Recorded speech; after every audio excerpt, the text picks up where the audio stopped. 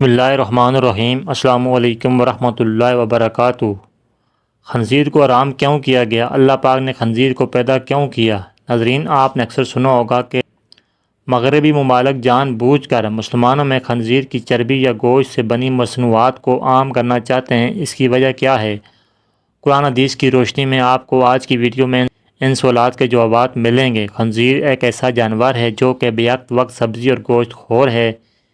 یہ اس قدر زہریلا ہوتا ہے کہ اس پر سب سے خطرناک زہر بھی کام نہیں کرتا۔ اس کی وجہ یہ ہے کہ یہ دنیا میں واحد جانور ہے جس کو پسینہ نہیں آتا، جس وجہ سے خنزیر کے زہریلے مادے خارج نہیں ہو پاتے۔ مسلمان تو یہ جانتا ہے کہ خنزیر حرام ہے، لیکن کیوں حرام ہے یہ کم ہی لوگ جانتے ہیں۔ اللہ پاک قرآن پاک میں فرماتا ہے، کیا فرماتا ہے کہ میری طرف سے جو وحی بھیجی گئی ہے اس میں تو کسی بھی کھانے والے پر ایسی چیز کو جسے وہ کھاتا ہو حرام نہیں پاتا، سوائے اس کے کہ وہ مردار ہو یا بہتا ہوا خون ہو یا سور کا گوشت ہو، کیونکہ یہ ناپاک ہے۔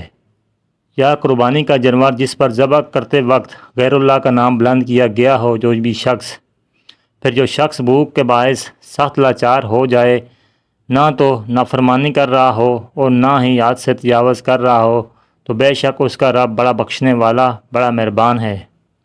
اس آیت کے علاوہ سورۃ مائدہ کی آیت نمبر 3، سورۃ بقرہ کی آیت نمبر 173 اور سورۃ النحل کی آیت نمبر 115 میں بھی خنزیر کا گوشت کھانا اللہ پاک نے سختی سے منع فرمایا۔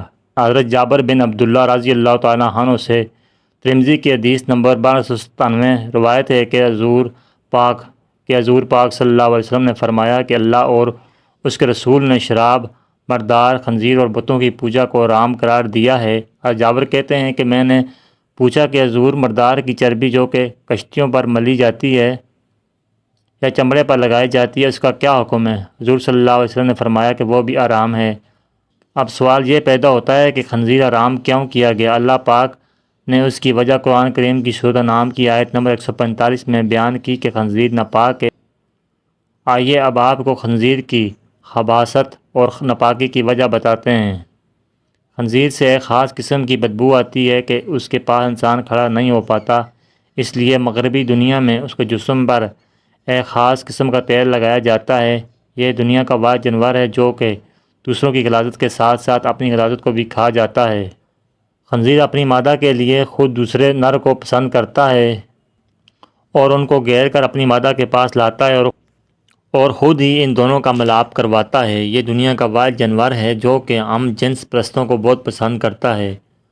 انہی عادات اور خصلتوں کی وجہ سے خنزیر کو قرآن پاک میں ناپاک کہہ کر پکارا گیا ہے، اور یہی وجہ آج خنزیر کو کھانے والوں میں خنزیر کی ہی یہ سب ناپاک عادتیں عام ہو چکی ہیں۔ اس لیے قرآن حدیث میں خنزیر سے کسی بھی قسم کا فائدہ اٹھانے سے منع کیا گیا ہے۔ روایات موجود ہیں کہ یہ کسی بھی نبی کی امت کے لیے حلال نہیں کیا گیا۔ خنزیر کی پیدائش کے متعلق مشہور روایت جس کے راوی حضرت ابن عباس رضی اللہ تعالیٰ عنہ ہیں، روایت کچھ یوں ہے کہ حضرت عیسیٰ علیہ السلام واریوں نے حضرت عیسیٰ علیہ السلام سے درخواست کی کہ آج کوئی مردہ ایسا زندہ کریں کہ جو حضرت نوح علیہ السلام کے زمانے کا ہو اور وہ ہمیں ان کے حالات سے آگاہ کرے۔ چنانچہ حضرت عیسیٰ علیہ السلام نے ایک قبر پر لاٹھی ماری جس میں سے ایک نوجوان زندہ ہو کر بیٹھ گیا۔ وہ کہنے لگا کہ حضرت نوح کی کشتی کی لمبائی 1200 گز تھی اور چوڑائی 600 گز تھی اور اس کی 3 منزلیں تھیں۔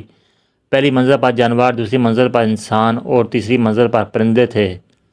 اب جانوروں نے اپنے فضیلت سے پہلی منزل پر اتنا گند ڈال دیا کہ بیماریاں پھیلنے کا خدشہ ہونے لگا، تو حضرت نوح اللہ کے حضور سجدہ ریز ہوئے تو اللہ پاک نے خنزیر نر اور مادہ دونوں کو پیدا فرمایا جو کہ ہاتھی کے قریب سے نمودار ہوئے۔ وہ فوراً گند اور جانوروں کا فضیلہ اور جو سب کچھ گند جانوروں کی وجہ سے وہاں پھیلا ہوا تھا کھا گئے، اور وہ سب گند انہوں نے ختم کر دیا۔ خنزیر حرام اور نجس العین ہے، اور نوح علیہ السلام سے لے کر بعد تک تمام انبیاء خنزیر کو برابر حرام ٹھہراتے رہے اور اس سے کلی اجتناب کا حکم دیتے رہے ہیں۔ جب حضرت عیسیٰ علیہ السلام نازل ہوں گے تو وہ بھی خنزیر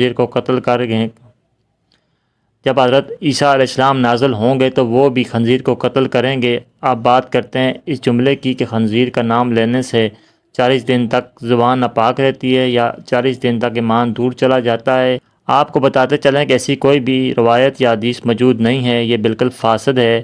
ہاں علماء کرام نے اتنا ضرور لکھا ہے کہ بلا ضرورت خنزیر کا نام لینے سے گریز کیا جانا چاہیے، اگر نام لیا بھی جائے تو اسلام سے خارج نہیں ہوتا، اور 40 دن ایمان سے دور رہنے والی بات کوئی اصل نہیں۔